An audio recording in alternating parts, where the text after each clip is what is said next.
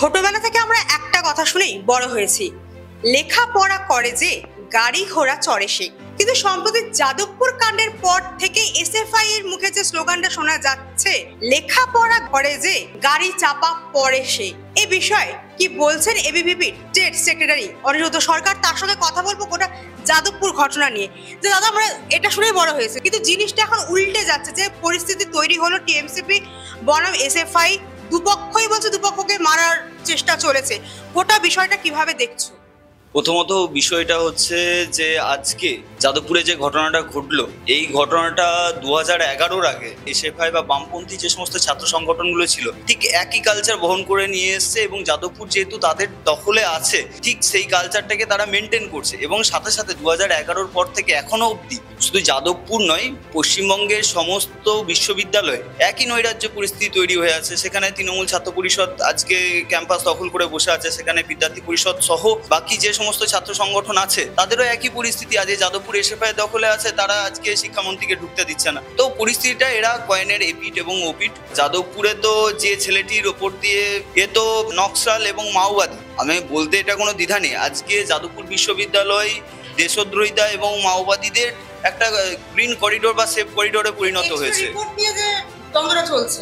X-ray report নিয়ে যে দ্বন্দ্ব চলছে এবং তার যে ফেসবুক পোস্ট, সেই ফেসবুক পোস্ট তুলে কাদের আজাদি চাইছে ও? আজকে মহামান্য সুপ্রিম কোর্ট যাদেরকে ফাঁসির সাজা ঘোষণা করেছে, তাহলে মহামান্য সুপ্রিম কোর্টের বিরুদ্ধে তারা কথা বলছে। আমরা তো আজকে সর্বোপরি মহামান্য সুপ্রিম কোর্টকে আমাদের সর্বোপরি ভাবি দেশের জন্য, কিন্তু সেক্ষেত্রে দাঁড়িয়ে এরা নিজেদেরকেই সর্বশ্রেষ্ঠ মনে করে। সময় এসছে যাদবপুরের এই যে দেশদ্রোহিতার যে গ্রিন করিডোরকে এরা যাদবপুরে করেছে এটা ভাঙার, এবং তারই একটা ছোট্ট প্রতিফলন কালকে এবিভিপি যাদবপুর গেটের সামনে করেছে। আগামী দিনে বিদ্যার্থী পরিষদ তো রাস্তায় আছে। আমরা দেখেছি কিছুদিন আগে যখন স্বপ্নময়ের হত্যাকাণ্ড হলো, ঠিক আছে, কি ভয়ঙ্কর ভাবে তৃণমূল সেখানে একটা নাটকীয় পথ তৈরি করলো। এবিভিপি যখন সেটার প্রোটেস্ট করছে, পুলিশ দিয়ে এবিভিপির কার্যকর্তা, সেই সময় স্টেট সেক্রেটারি, ন্যাশনাল জেনারেল সেক্রেটারিকে দিনের পর দিন জেল খাটিয়েছে তৃণমূলের পুলিশ বাহিনী। তাহলে আজকে তাদের শিক্ষামন্ত্রীর ওপরে হয়েছে, সেই জন্য এত গায়ে লাগছে। কিন্তু এটা যদি আরো 1 বছর আগে থেকে পরিকল্পনা করতো, তাহলে তো আজকে এই পরিস্থিতি তৈরি হতো না, বা পরিস্থিতি ধীরে ধীরে পরিবর্তনের দিকে। আমরা জানি এই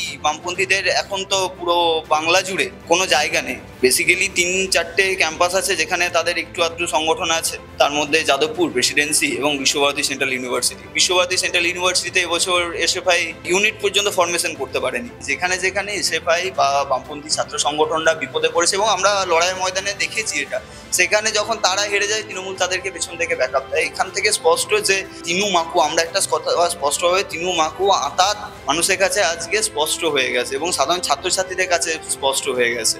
কিন্তু যাদবপুরে দেখা গেল এবিভিপিকে একবারে লাল ফেস্টুন ফ্লেক্স সব টেনে টেনে নামাতে, যেটা বলছে এসএফআই যে টিএমসিপি আর এবিভিপি তাদের উপর একেবারে আতাত করে আক্রমণ চালিয়েছে। কে বলছে এটা? এসএফআই দেখাতে পারবে একজন বিদ্যার্থী পরিষদের কার্যকর্তা ছাড়া অন্য কোনো কার্যকর্তা আছে? আমি ওপেন চ্যালেঞ্জ করছি, দেখি তাদের যদি ক্ষমতা থাকে একজন কার্যকর্তা যে তৃণমূলে ছিল, তাহলে আমি তাদের কথা মান্যতা দিতে পারি। ঠিক আছে, তাদের আমি এখনো আপনাদের সংবাদ মাধ্যম থেকে আমি চ্যালেঞ্জ করছি, একজন কার্যকর্তা দেখ যে তৃণমূল করে।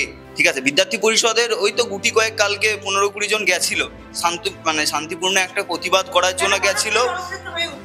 এডবি বাস স্ট্যান্ড থেকে আমাদের যেটা এই 15-20 জন ছাত্রছাত্রী 4 নম্বর এডবি বাস স্ট্যান্ডে তারা জমায়েত হয়েছিল, এবং 4 নম্বর গেটের সামনে গিয়ে তারা শান্তিপূর্ণ একটা প্রতিবাদ। কিন্তু ওখানে যাওয়ার পর দেখা গেল এসএফআই এর যে উস্কানিমূলক মন্তব্য, এবং সেখানকার যারা অস্থায়ী কর্মীও এমন প্রভাব করতে থাকে ভিভিপিকে, এবং পরবর্তীকালে তারাই ঠিলে ঠিলে তাদের দিকে ধেয়ে আসে। তো স্বাভাবিক, যদি কেউ ধেয়ে আসে তো এমন তো নয় যে আমাকে ঠিললে আমরাও ঠিলবো না। যেমন প্রতিক্রিয়া দিয়েছে তার প্রতিফলন ওখানে সেরকম ভাবেই হয়েছে।